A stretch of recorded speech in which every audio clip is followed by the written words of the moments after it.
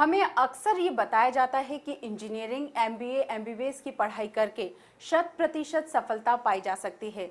इनके अलावा बहुत से ऐसे भी कैरियर ऑप्शंस हैं जहां बेहतर कैरियर बनाया जा सकता है। नमस्कार, मैं हूं आपके साथ रीना और आप देख रहे हैं अपना पसंदीदा प्रोग्राम बातें कैरियर की। इस हफ्ते हम आपके लिए लाए हैं कुछ नए लीग से हटकर कैरियर ऑप्शंस और उनमें सफलता पाने के एक्सपर्ट एडवाइसेस। तो देर किस बात की, आइए देखते हैं आज की हाइलाइट्स। जानेंगे वाइल्ड लाइफ फोटोग्राफी के बारे में, देखेंगे कैसे बनाएं कैरियर मजबूत, मिलेंगे कैरियर काउंसलर से, जानेंगे देश भर से रोजगार समाचार। दोस्तों, हम सब में कहीं ना कहीं एक फोटोग्राफर छिपा होता है। अपने इस टैलेंट को एक कैरियर ऑप्शन में तब्दील कर सकते हैं। आइए जानते हैं वाइल्ड लाइफ फोटोग्राफी के बारे में हमारे सेगमेंट कैरियर दर्पण में।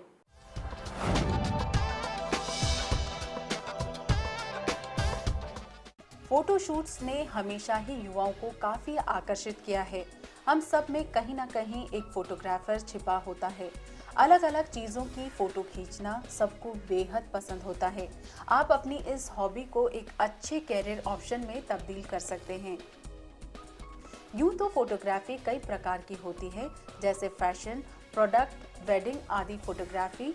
इनमें से चर्चित है वाइल्ड लाइफ फोटोग्राफी, जिसमें वन्य जीव जंतु की फ़ोटो खींची जाती है।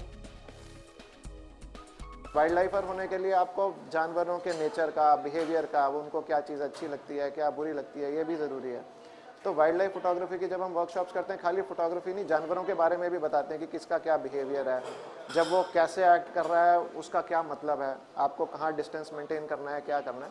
तो इसलिए बहुत सारे फैक्टर्स हैं जो इसमें इन्वॉल्व रहते हैं और it is just like you are teaching and that is like a career, I would से।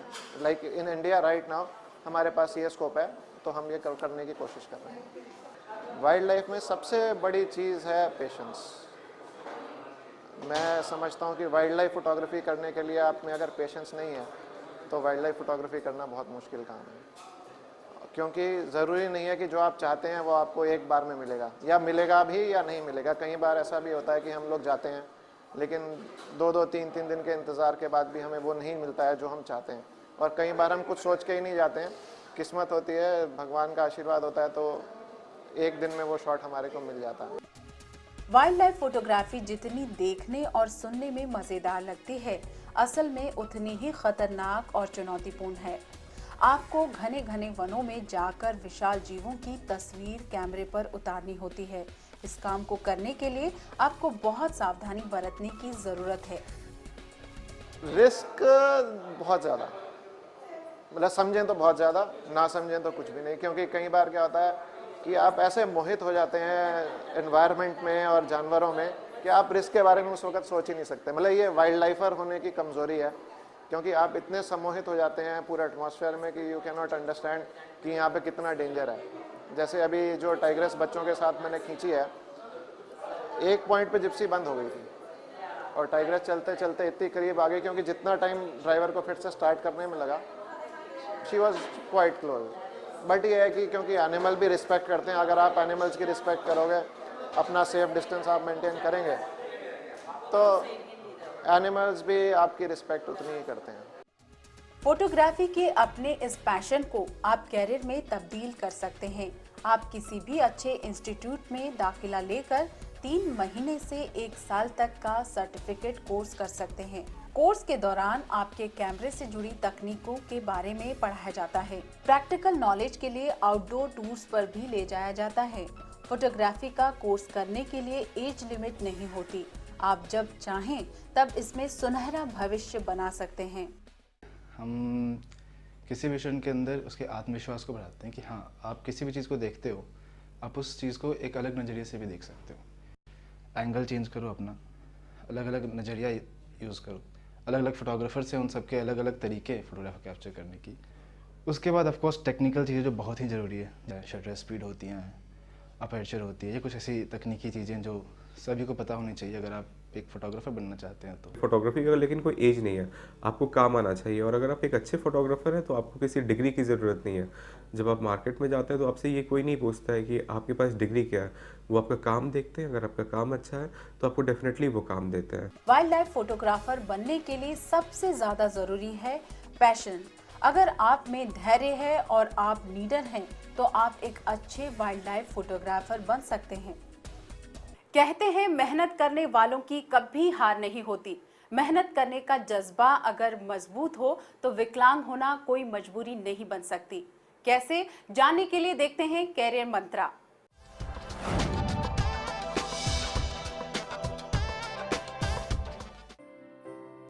हम में से ज्यादातर लोग डिसेबिलिटी को अभिशाप मानते हैं, लेकिन कुछ लोग ऐसे भी हैं जो इसे अभिशाप न मानकर एक साधारण जीवन जीने का प्रयास करते हैं और उसमें सफल भी होते हैं।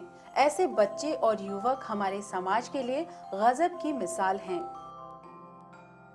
हमने सब डिसेबिलिटीज़ के बच्चों को एडमिशन दिया है, जिसमें learning disability, multiple mental retardation, visual impairment, autism, cerebral palsy के केसेस हैं। इन सभी बच्चों को हम फिजियोथेरेपी, ऑक्यूपेशनल थेरेपी और स्पीच थेरेपी के द्वारा हम इनकी एबिलिटीज़ को निखारते हैं। हमारे इस प्रोग्राम का उद्देश्य इन बच्चों को वो प्लेटफॉर्म देना है जो समाज में हर नॉर्मल बच्चे को का हक है। इन बच्चों के साथ सबसे पहले प्यार की ज़रूरत होती है, जो हम इनको बहुत ज़्यादा प्यार करते हैं, और मेहनत की ज़रूरत भी होती है।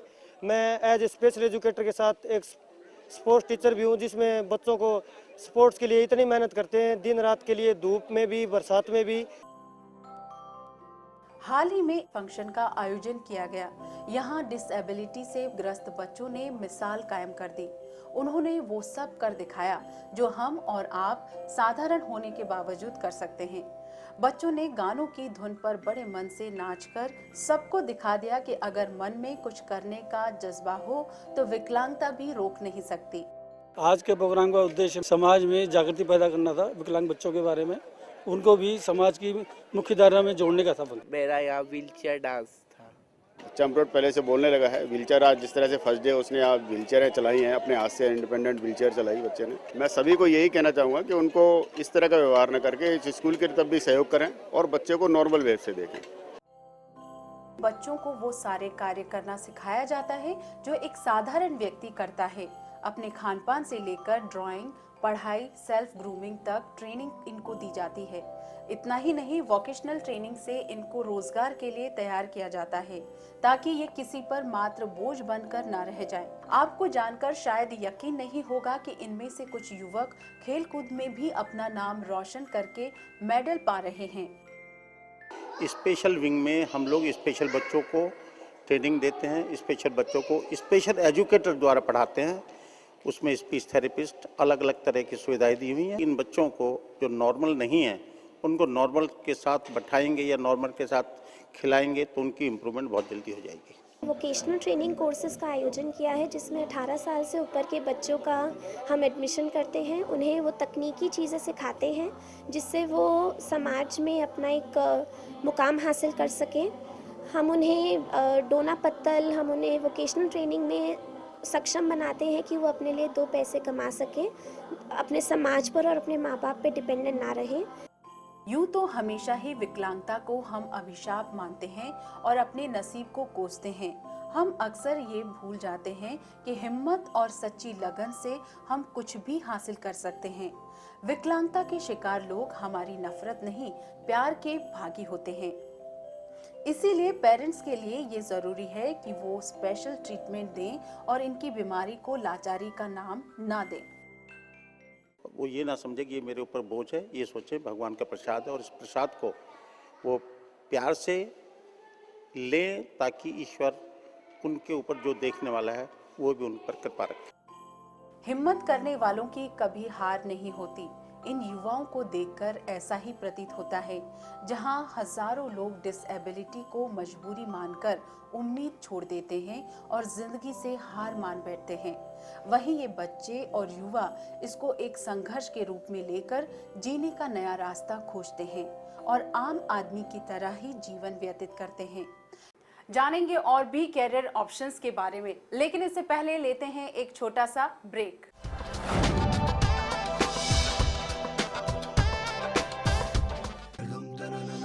One day, my classroom will have no boundaries.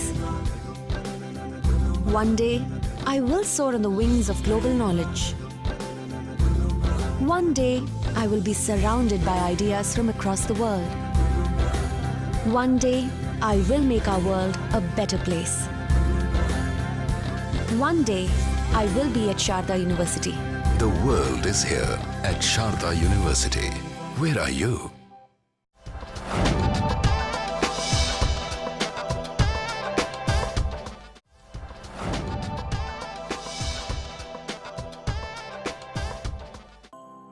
ये है डॉक्टर मोहम्मद हनीफ खान शास्त्री।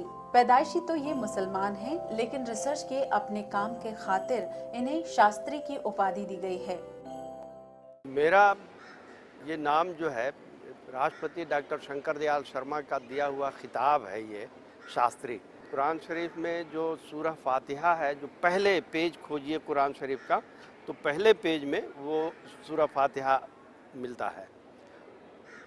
तो दुनिया का कोई भी मुसलमान नमाज जब पढ़ता है तो एक सेकेंड भी ऐसा टाइम नहीं गुजरता जिसमें कि यह सूरह फातिहा न पढ़ी जाती हो। इसके बिना नमाज ही नहीं होती। ठीक ऐसे ही वेद में, ऋग्वेद के 3 मंडल के 62वें सूक्त में गायत्री मंत्र है, तत्सवितुर्वरेण्यम भर्गो देवस्य, ये है। तो इसी पे मैंने पीएचडी की। दोनों को देखिएगा तो ये जड़ में एक ही चीज़ है।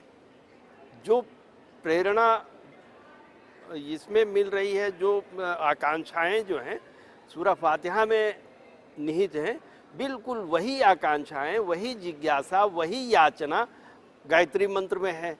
और एक ही बात अपने प्रभु से दोनों समाज के लोग कर रहे हैं, लेकिन दोनों को ये पता ही नहीं है कि यह महानतम शीतल छाया एक ही महावृक्ष की छाया है। ये मौका है विश्व शांति और समन्वय से जुड़े एक सम्मेलन का, जहां न सिर्फ देश बल्कि पूरी दुनिया से टीचर्स, प्रोफेसर्स और एकेडमिशियंस इकट्ठा हुए हैं। इनका मानना है कि वर्तमान शिक्षा पद्धति सिर्फ नंबरों की होड़ यानी कंपटीशन की भावना ज्यादा पैदा करती है। समन्वय भावना की कमी के चलते युवाओं में भटकाव आ जाता है।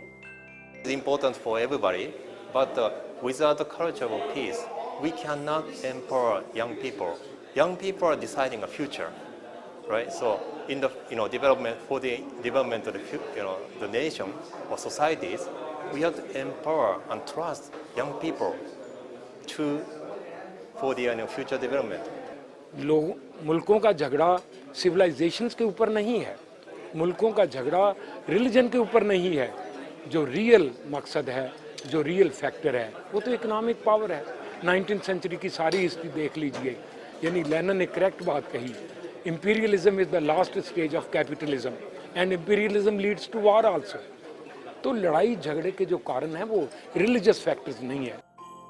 वर्तमान समय में आज के युवाओं को ये समझना है कि कैरियर बनाने के साथ साथ सामाजिक जिम्मेदारियों का निर्वहन करना भी जरूरी है।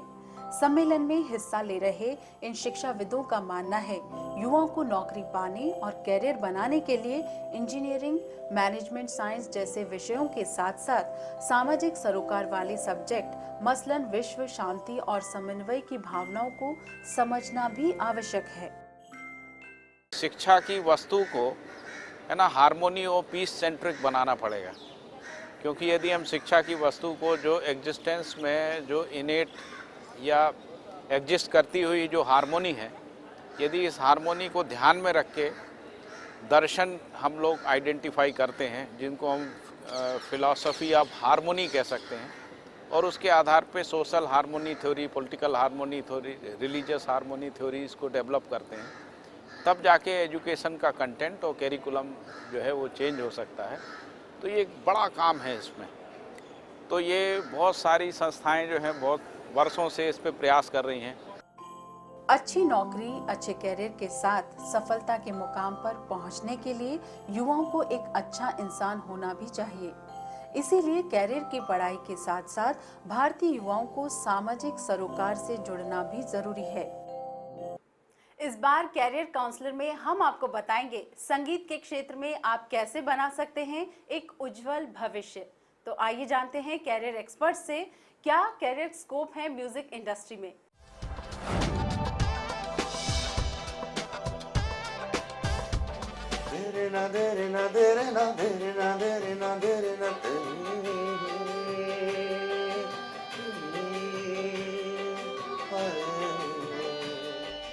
हर इंसान के दिल और जान में एक खास चीज बसती है, वो है संगीत या म्यूजिक। हम और आप बिना संगीत के जीवन की कल्पना भी नहीं कर सकते हैं। संगीत से प्रेम करने वाले लोग इसमें एक बेहतरीन कैरियर बना सकते हैं। आइए जानते हैं हमारे कैरियर एक्सपर्ट से। सबसे पहली चीज़ तो ये है कि म्यूज़िक से उनको प्रेम होना चाहिए, म्यूज़िक से प्यार होना चाहिए, क्योंकि अगर आपको म्यूज़िक से प्यार नहीं है तो आप कुछ नहीं कर सकते हैं। सेकेंडली, म्यूज़िक को सुनने की और समझने की शक्ति चाहिए आपके अंदर, और फिर उस चीज़ को निखारा जा सकता है। लेकिन ये दो बेसिक गुण हैं जो आपको चाहिए होते हैं। अगर आप टोन डेफ हैं, आपको सुर का बिल्कुल समझ नहीं है, तो फिर म्यूज़िक आपके लिए नहीं है। लेकिन अगर आप म्यूज़िक चाहते हैं, प्यार करते हैं और आपका टोन ठीक है, तब उसको आपकी कला को निखारा जा सकता है। अगर आप इंडिया में इंडियन म्यूज़िक कुछ करना चाहते हैं तो आपको हिंदी शास्त्रीय संगीत का ज्ञान ज़रूर होना चाहिए, चाहे आप कर्नाटक शैली से सीखें या भातखंडे शैली से सीखें। और ये दो शैलियाँ हमारे देश में प्रचलित हैं, और तो इसका ज़रूरी है आपको समझना। अब अगर आप वाद्य यंत्र बजाना सीखना चाहते हैं तो उसमें कई लेवल्स ऑफ कोर्सेज अवेलेबल हैं आज की डेट में, और कई प्राइवेट स्कूल्स और कॉलेजेस ओपन हो चुके हैं जहाँ पे आपको सिखाया जाता है। नहीं तो जो कि भातखंडे विश्वविद्यालय है, बहुत प्रचलित है लखनऊ का, वहाँ पे आप जाके सीखें। और कई लोगों ने एकेडमी शुरू करी हुई हैं आजकल, सो काफ़ी अवेलेबल हैं चीज़ें। आपके ऊपर डिपेंड करता है आप किस लेवल पे जाना चाहते हैं और उन कोर्सेज़ को ले सकते हैं। और अगर आप डायरेक्शन में जाना चाहते हैं तो फिर डायरेक्शन के भी कई कोर्सेज अवेलेबल हैं आज की डेट में, जहां आपको सिखाया जाता है कि अलग अलग म्यूजिशियंस के साथ कैसे काम किया जाए। भारत का संगीत से काफी गहरा और पुराना रिश्ता रहा है। युगों से चले आ रहे इस कला को एक अच्छे कैरियर ऑप्शन की तरह परखा गया है। किशोर दा, मन्ना डे, रफी, लता मंगेशकर, AR रहमान ने संगीत के क्षेत्र में खासा नाम कमाया है। आप भी हो सकते हैं इनमें से एक। बहुत एक्सेप्टेंस हो गई है इंडियन म्यूज़िक की वर्ल्ड वाइड, एक नॉलेज हो गई है वर्ल्ड वाइड, सो स्कोप बहुत है और काम करना आसान हो गया है पहले से। म्यूजिक इंडस्ट्री में कैरियर की शुरुआत अनेक प्रकार से की जा सकती है। आप संगीतकार बन सकते हैं, विशाल शेखर की तरह म्यूजिक डायरेक्टर भी बन सकते हैं। म्यूज़िक डायरेक्टर का मतलब ये होता है कि जो कि सारे म्यूजिशियंस को लेके उनके साथ जो उनका बेस्ट प्रोडक्ट है वो बाहर निकाल सके, सिंगर को बता सके कि हम इस गाने में कौन सा इमोशन चाहते हैं, और जो फिल्म का डायरेक्टर होता है उससे समझ सके कि इस फिल्म की फील क्या है, और उसको मिला के एक पर्सन जो कि जो पूरा एक अपने पूरी टीम को लेके एक प्रोडक्ट बनाता है, जो गाना तैयार होता है, वो म्यूज़िक डायरेक्टर होता है। तो म्यूज़िक डायरेक्टर का बहुत इंपॉर्टेंट रोल होता है, और म्यूज़िक डायरेक्टर को कई चीज़ें आनी चाहिए। हर एक म्यूजिशियन म्यूज़िक डायरेक्टर नहीं बन सकता है, और पर हर एक म्यूज़िक डायरेक्टर को म्यूज़िक बजाना ज़रूरी आना चाहिए। सब इंस्ट्रूमेंट्स की नॉलेज ना हो, लेकिन म्यूज़िक की जानकारी होनी ज़रूरी है। कम से कम 1 या 2 वाद्य यंत्र बनाना आने चाहिए म्यूज़िक डायरेक्टर को, जिससे कि वो अपनी कंपोजिशंस कर सकें। म्यूज़िक अरेंजर जो होता है वो एक म्यूज़िक डायरेक्टर से समझता है कि उसको जो मैंने आपको बताया था कि म्यूज़िक की प्रोग्रामिंग की जाती है, तो उस प्रोग्रामिंग को जो पर्सन अरेंज करता है उसको हम म्यूज़िक अरेंजर कहते हैं। पहले की डेट में भी म्यूज़िक अरेंजर होते थे, उनका काम होता था कि जो अलग अलग वाद्य यंत्र बजाने वाले लोग हैं उनको कोऑर्डिनेट करना कि कब कौन सा पीस आएगा, क्या बजेगा। आज की डेट में वो रोल थोड़ा सा मॉडिफाई हो गया है, और मॉडिफाई होकर ये हो गया है कि अब कंप्यूटर पे वो अरेंज करते हैं और बताते हैं कि कब कौन सी चीज़ कितनी ज़ोर से बजेगी, कितनी धीरे से बजेगी, और कहाँ पे कौन से इमोशंस आएंगे। ये इंडस्ट्री दूर से देखने में बेशक काफी रोचक और आसान लगती हो, लेकिन इसमें सक्सेसफुल होने के लिए आपको कड़ी मेहनत और तपस्या करनी पड़ेगी।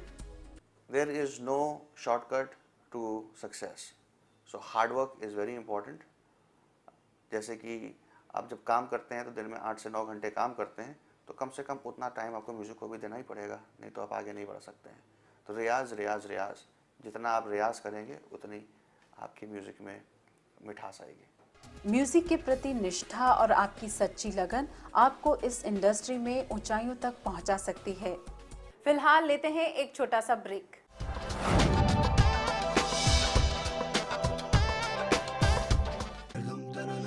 One day, my classroom will have no boundaries. One day, I will soar on the wings of global knowledge. One day, I will be surrounded by ideas from across the world. One day, I will make our world a better place. One day, I will be at Sharda University. The world is here at Sharda University. Where are you?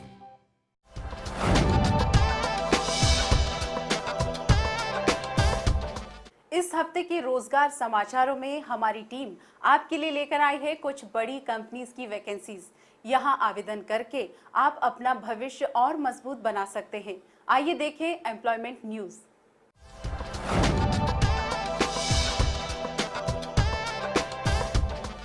Varanasi स्थित Banaras Hindu university विभिन्न पदों के लिए आवेदन स्वीकार करती है। Medical officers, junior clerk जैसे पदों के लिए अप्लाई करने के लिए अंतिम तिथि है 25 दिसंबर 2014। अधिक जानकारी के लिए BHU की वेबसाइट पर जा सकते हैं। इंडियन आर्मी टेक्निकल एंट्री के लिए आवेदन स्वीकार करता है। आवेदक के पास BTech की डिग्री होना अनिवार्य है। सिविल, मैकेनिकल, ऑटोमोबाइल जैसे पदों में अप्लाई करने के लिए लास्ट डेट है 31 दिसंबर 2014। अधिक जानकारी के लिए इंडियन आर्मी की वेबसाइट पर जा सकते हैं। तमिलनाडु पब्लिक सर्विस कमीशन यानी कि TNPSC child development project officer जैसे पदों के लिए आवेदन स्वीकार करता है। अगर आपके पास डिग्री इन न्यूट्रिशन या होम साइंस या अन्य कोई डिग्री है तो आप 26 दिसंबर 2014 से पहले इसकी वेबसाइट पर जा सकते हैं। दिल्ली कंटेनमेंट जनरल हॉस्पिटल विभिन्न पदों के लिए आवेदन स्वीकार करता है। Senior resident doctor, staff nurses जैसे पदों के लिए आपके पास अनुभव के साथ सही क्वालिफिकेशन होना आवश्यक है। आवेदन करने के लिए अंतिम तिथि 24 दिसंबर 2014 है। अधिक जानकारी के लिए दी गई वेबसाइट पर जा सकते हैं। High court of Karnataka peon, sweepers, watchman जैसे पदों के लिए भर्ती आरंभ करता है। आवेदन करने के लिए आपको 10वीं पास होना अनिवार्य है। आवेदन करने के लिए अंतिम तिथि है 29 दिसंबर 2014। दोस्तों, हर हफ्ते आपके ईमेल्स का हमें बेसब्री से रहता है इंतजार, इसलिए हमें ईमेल्स जरूर करते रहिए। हमारा ईमेल एड्रेस है bckddnews@gmail.com। आप हमें हमारे फेसबुक पेज पर भी फॉलो कर सकते हैं। एपिसोड को दोबारा देखने के लिए आप हमारे YouTube पेज पर भी जाकर सब्सक्राइब कर सकते हैं।